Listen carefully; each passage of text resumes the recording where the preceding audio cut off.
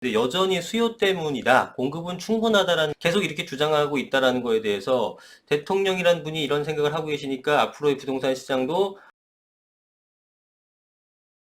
안녕하세요. 반갑습니다. 이승훈 소장입니다. 자, 문 대통령이 부동산 문제는 수요 때문이다 라고 주장을 하십니다.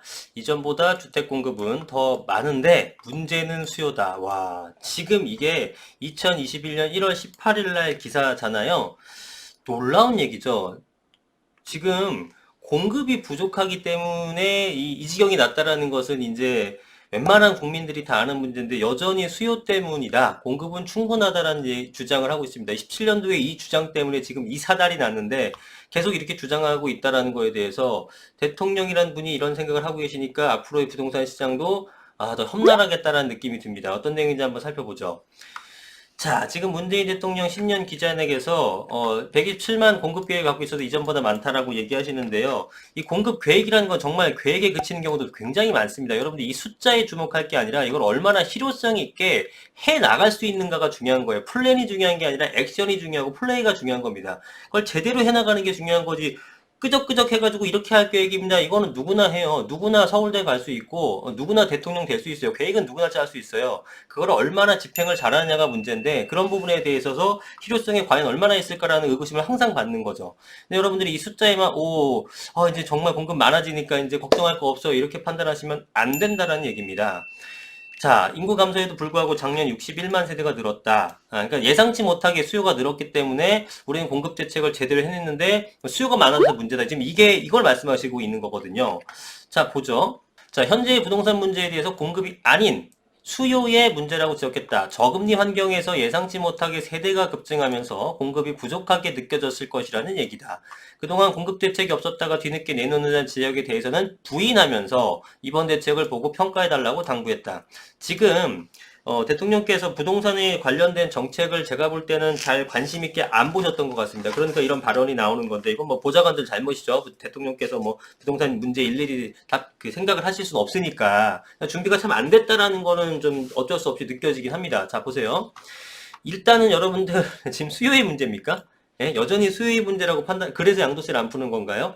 예, 공급 문제죠. 공급이 안 돼 있기 때문에 지금 이 사달이 난 거고, 지금 예상치 못해가 세대가 급증한 게 저금리 환경이기 때문에 그런 것이 아니고요. 저금리 기조는 옛날부터 굉장히 많이 있어 왔습니다. 그죠? 네, 근데 세대가 급증한 이유는 뭐예요, 여러분들? 세대가 급증했다는 게 무슨 얘기냐면은 예상치 못하게 세대가 많아지면서 이 세대가 부동산 수요로 편입됐다는 얘기인데 왜 늘어났을까요?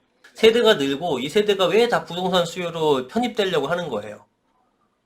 저금리 환경이기 때문에? 저금리니까 돈 많으니까 부동산을 사봐야겠다. 이러는 겁니까? 그게 아니죠. 정부가 공급을 안 한다 그랬잖아요. 공급은 충분하다고 했잖아요. 근데 계속 집값이 오르잖아요. 사람으로서, 국민으로서 불안합니까? 안 불안합니까? 난 집이 없는데 계속 집값은 올라. 근데 정부는 공급을 안 한대. 집을 사고 싶어요, 안 사고 싶어요? 사고 싶죠. 그러니까 영끌이라는 단어가 나오게 되고 30대를 영끌족이라고 하게 되고 그렇게 되는 거 아니겠습니까? 그죠? 거기다가 대출까지 규제 더 불안한 거야. 이제 살 수도 없어. 그러니까 막 사돈의 팔촌까지 빌려갖고 집을 살려는 분들이 그렇게 많아진 겁니다. 그럼 결국은 뭡니까? 이 수요가 늘어난 이유 자체도 저금리가 아니라 정부의 잘못된 정책 때문이라는 겁니다. 그래서 이 문제는 정부가 조금만 생각을 전환을 했었으면 일어나지 않았을 문제라고 저는 생각이 되는 거예요. 그리고 공급 대책이 없었잖아요, 분명히. 투기가 문제다, 공급은 충분하다라고 분명히 언급했잖아요, 정부에서. 근데 그래놓고 뒤늦게 부랴부랴 공급 대책 내놨잖아요, 3기 신도시를 시작해가지고. 근데 거기에 대해서 어떻게 부인하실 수가 있습니까? 자, 보세요. 저는 이런 부분이 제일 걱정되고 우려스러운데, 수도권, 특히 서울 시내에서 공공 부분의 참여와 주도를 더욱 늘리고, 지금 시장에 맡겨야지 정부가 어떻게 모든 걸 다 하는 생각을 자꾸 하시는지 모르겠어요. 공공이 어떻게 다 합니까? 그죠? 공공재개발, 역세권 개발, 또 신규 택지의 과감한 개발 등을 통해서 시장이 예상되는 수준을 뛰어넘는 공급을 특별하게 늘리면서 공급이 부족화된 국민들의 불안을 일거 해소하는 것도 두겠다. 말씀은 참 잘하시는데, 예. 지금 공급 부족이라는 건 다 아는 거고 공급 부족한 거에 대해서 시장이 예상하는 수준을 뛰어넘는 공급을 특별하게 늘릴 수 있는 방법은 빠네요. 예상을 뭐 어떻게 넘깁니까? 토지를 새로 만들 수가 없는 거잖아요. 토지를 새로 만들 수 없으면 기존의 종상형 시갖고 용적률 늘리는 방법밖에 없는 거죠. 그죠? 공공재개발 뭡니까? 결국은 용적률 높여주는 거고, 역세권 고밀도 개발 뭡니까? 결국은 용적률 높여주는 거고, 그거밖에 안 되는 거잖아요. 그죠?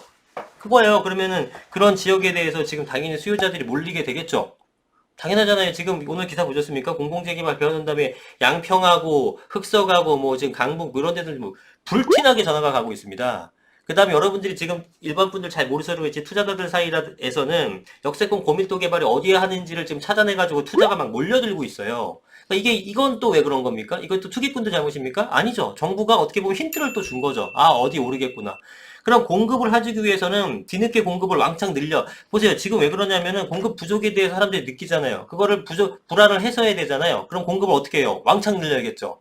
공급을 시장이 예상한 수준을 뛰어넘는 공급을 특별하게 늘림, 이걸 해야지만 되잖아요. 이렇게 하는 방법은 뻔하죠. 용적률 높여주는 거. 그러니까 그런 데 찾아고 또 투자하는 거잖아요. 이 투자 수요를 만든 게 뭐예요, 결국은? 정부예요. 이런 거 안 하면 되잖아. 근데 안 할 수 없는 환경을 만들었죠. 그러니까 제때 매번 공급을 해줬으면은 이렇게까지 안 해도 된다는 말이에요. 무슨 얘기인지 이해되십니까? 재개발 재건축 적당하게 풀어주고 양도세 그렇게 징벌적 과세하지 않아서 시장에 유통이 되게끔 하고 그랬으면 이런 일을 할 필요가 없는 거예요. 근데 계속 공급은 부족한 상태에서 집값은 계속 오르게 하고 그죠? 불안하니까 여기다가 이제 왕창 공급한다 그러면서 또 이쪽에 투기 수요를 또 쏠리게 만들고 그런 겁니다, 지금. 자, 주택 공급과 관련된 질문이 계속되자 전세 대책도 내놓을 것이라고 밝혔다. 문 대통령은 봄 이사철을 맞이해서 전세 구하는 게 어렵게 되지 않을까 염려도 있을 것이 생각한다. 상당히 염려되죠. 작년에 전세 대책 발표를 했지만 전세 매물 부족할 수 있기 때문에 이번에 발표할 대책 속에는 그러니까 이 대책 내놓는 거는 여러분 대책 내놓는 거는 역대 최고로 잘하는 정부입니다. 대책을 내놓는 걸로는 지금 뭐 25번째가 되겠죠. 6번째쯤. 예, 근데 대책이 문제가 아니라 그게 실효성이 없고 시장에서 안 먹히고 부작용이 나타나는 대책만 자꾸 내놓으시니까 문제가 되는 거예요. 보세요. 이번에 전세 대책 발표한다고 해서 여러분들 봄 이사철 때 전세가 안정되겠습니까? 절대 안 되죠. 난리가 났죠, 또 이번에도. 뭐 확정입니다. 올해까지도 전세가 이렇게 될 것이라는 것은.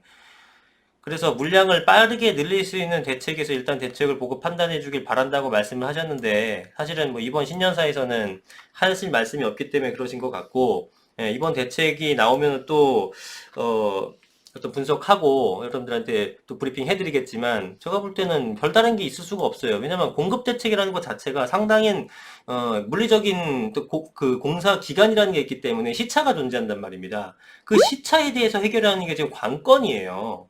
근데 그거 해결할 수 있는 방법은 제 아무리 엄청난 공급 대책을 해놔도 시간이라는 거는 끌고 올 수가 없는 거잖아요. 그래서 당장 시장이 풀릴 수 있는 양도세 완화밖에 없다라고 계속 주장하는 거예요. 근데 양도세 완화는 절대 안 한다라고 얘기하고 있으니 올해랑 내년 같은 경우에는 여러분들 전세난 그 다음에 매가 상승 이거는 확정이라고 제가 계속 주장하는 겁니다. 확실합니다. 참 안타깝네요. 네. 자, 어쨌든 정부가 이런 어떤 생각, 문 대통령이 이런 생각을 갖고 있다는 거는 전 정말 걱정이 됩니다. 어떻게 수요 때문이라는 얘기를 여전히 할 수가 있습니까? 그죠? 예. 이 겸손하거나 자기 성찰이 없으면 발전이 없어요. 저도 깨달은 거고 일반적으로 여러분들 아시는 내용이겠지만 잘 나갈 때 막 꼬꾸라지는 분들이 많잖아요. 꼬꾸라지는 회사도 많고 그런 것들이 이게 좀 자신을 낮추고 좀 겸손하고 이러면은 길게 갈 텐데 그게 아니라 나 잘났다고 막 이러면서 하늘 높은 줄 모르고 이렇게 자신감이 넘쳐 있다가 응?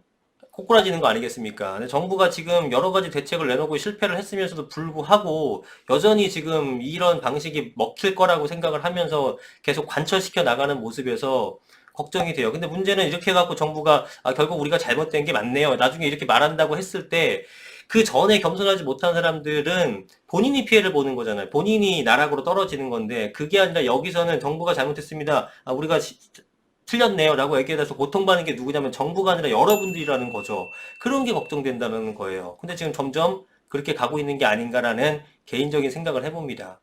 걱정이 많이 됩니다. 예. 왜냐면 인식이 되게 중요하거든요. 내가 생각하고 있는 인식의 기본 틀 안에서 그걸 베이스로 삼아서 정책이라는 게 나오는 건데 공급 부족이 아니라 수요 때문이다라고 생각을 하니까 투기꾼들 여전히 나쁜 놈들 양도세 완화해줘 니네한테 투기꾼 불로소득 차단할 거야 계속 이러고 있는 거고 공급에 대해서는 지금 당장 나와야 되는 건데 당장 안 나온다. 어렵습니다. 부동산 시장 올해도 굉장히 어렵습니다. 가격은 상승할 걸로 예상이 됩니다. 자, 오늘 영상 여기까지 하겠습니다. 고맙습니다.